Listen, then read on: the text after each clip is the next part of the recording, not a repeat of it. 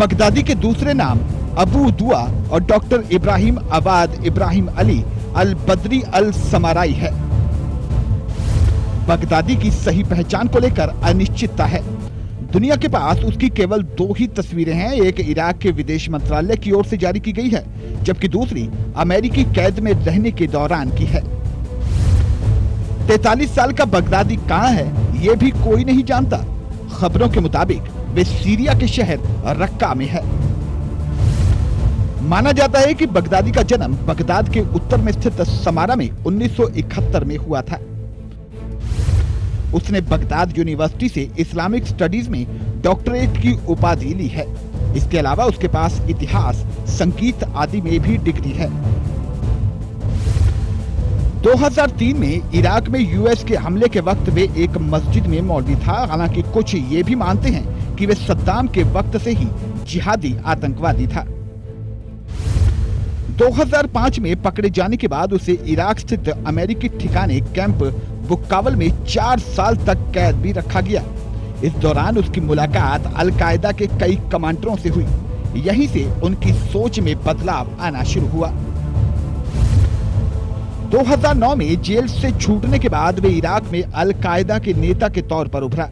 Syria में यही धड़ा अल नुसरा के नाम से जाना जाता था। इराक में अल कायदा के टॉप लीडर्स के खात्मे के बाद उसने मुखिया की जगह ली थी। अक्टूबर 2011 में अमेरिका ने पहली बार बगदादी को आतंकवादी माना और उससे जुड़ी जानकारी पर 60 करोड़ रुपए का इनाम रखा। 2005 में अमेरिका ने एक हवाई हमले में बगदादी को मारने की कोशिश भी की थी। 2012 में बगदादी ने सीरिया में बशर अल असद सरकार के खिलाफ लड़ने के लिए अपने कुछ लड़ाके भेजे। 2013 में उसने ऐलान किया कि उसका ग्रुप सीरिया में अल कायदा के दूसरे धड़े जबत अल नुसरा में शामिल हो रहा है। इसके बाद नया ग्रुप बना जिसका नाम था Islamic State in Iraq and al Sham. Al शाम का मतलब है महान सीरिया। बगदादी और उसके लड़ाकों ने तत्कालीन अल कायदा चीफ आयमान अल जवाहिरी के आदेश का भी उल्लंघन किया। इससे पूरी दुनिया में संदेश गया कि इस्लामिक कट्टरपंथियों में बगदादी ही सबसे बड़ा नाम है।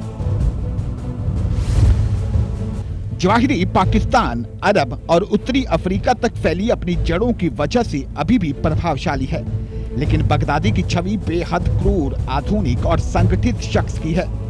जानकार मानते हैं कि बगदादी का संगठन युवाओं, जिहादियों को जवाहिरी के अल कायदा के मुकाबले ज्यादा आकर्षित करता है। कहा जाता है कि उसके साथ काम करने वाले लोग भी उससे सीधे बात नहीं कर पाते। जब वह अपने कमांडरों से बात करता है तो मास्क पहन लेता है। कमांडर उसे द इनविंसिबल शेख के नाम से पुकारते हैं।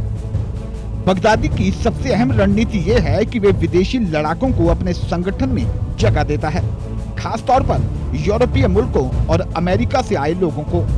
बगदादी ऐसे लोगों को ट्रेनिंग और अन्य सुविधाएं मुहैया कराता है।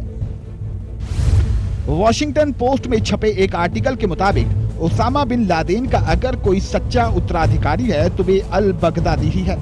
टाइम मैगजीन ने बगदादी को दुनिया का सबसे खतरनाक शख्स करार दिया है। वहीं फ्रेंच मैगजीन ला मोंडे ने उसे नया बिन लादेन तक कहा है।